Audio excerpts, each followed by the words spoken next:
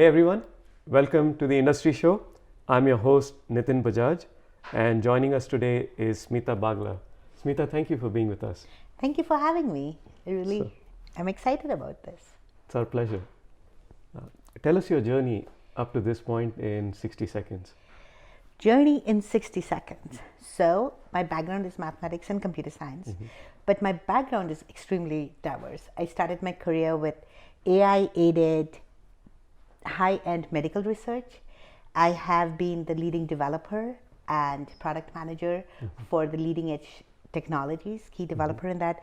I love to turn ideas into products. And in my entrepreneurial journey, I have lifted a lot of marketing, communication, and product challenges for small and medium businesses. Great. What's your entrepreneurial purpose? My entrepreneurial purpose is really threefold. One is to really reduce chaos and streamline everything so that people can enjoy doing it. Second is to enable and empower people to be able to be accountable by what they do and really enjoy what their work is. And third one, as I said, is to turning ideas into exciting products that people will really use. Excellent. What makes you click? There's a lot of people out there. What makes you the one that people come to? I focus on the customer in general. That's very cliche to say that I focus on a customer. However, when I listen to somebody and they describe the way they work as well as what is happening in their life, mostly it is some sort of a problem that pops up. So I make it about them. My main motivation is to help them understand and figure out what they need. They could use me or somebody else, but usually I'm able to just help them identify what they really want. So drilling a little further into that and somewhat related, what motivates you? Challenges and problem solving. And that's why I went into mathematics and computer science. I love solving puzzles since I was a little kid. So anything that seems like, mishmashed, confused, I like to make it into small modules, like deliberately, and solve the problem. All the mazes that we get and Mensa questions we get as to how to solve the problems. If you want, I could go into an example of it. Yes. For example, it's a very computer sciencey, nerdy example.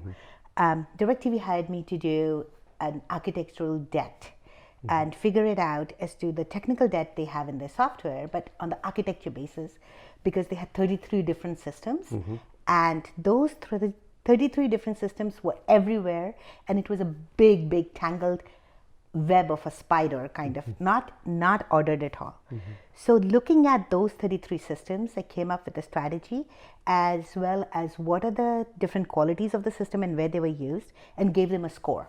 As to this system is very cumbersome to use, this system is very good, calling the technical debt score. And then the solution architects were able to avoid some of those systems when they were making new, and it became a very streamlined process. It was really, everybody wondered how they worked before that for that. So that was an exciting problem to solve, but it's kind of nerdy. Sounds I fun. enjoy. Sounds fun to me. So as a flip side, what are your blind sides? What are the things that you're not good at? So as I explained about problem solving, and I sometimes go too deep into it, and I'm concentrating on it, forgetting about looking sometimes at different things.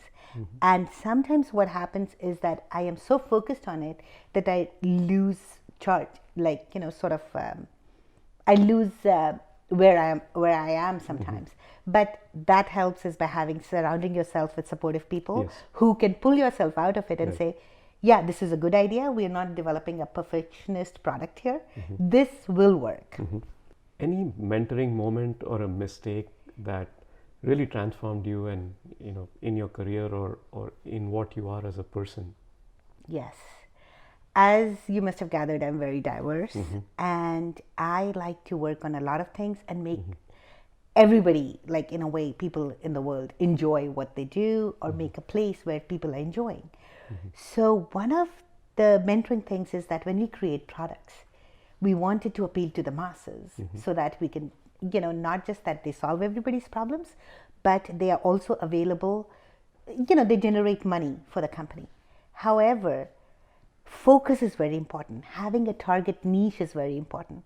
So mentoring moment on that is guiding people into first developing the thing for a target audience, succeed in that, give them knocks off socks service so that they are excited about it. And once you have succeeded in that, then expand into there. So that has been my career changing, is focus instead of being too diverse. Focus, become successful at that, and then maybe.